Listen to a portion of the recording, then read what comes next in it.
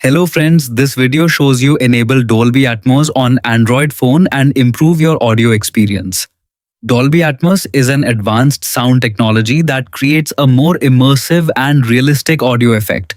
It can make music, movies, games and voice content sound clearer with better depth and surround sound quality. To enable Dolby Atmos on your Android device, start by opening the Settings app from your phone's home screen or app drawer.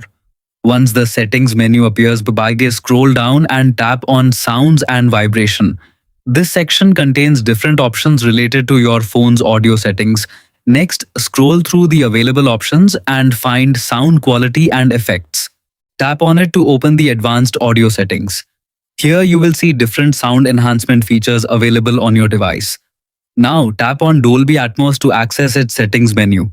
You will find a switch that allows you to turn the feature on or off.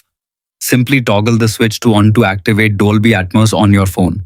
After enabling it, you can select a sound mode based on your preference. You can choose Auto for an optimized experience that adjusts automatically, Movie for a cinematic audio effect while watching videos, Music for richer and more detailed sound while listening to songs, or Voice for clearer dialogue during calls and videos.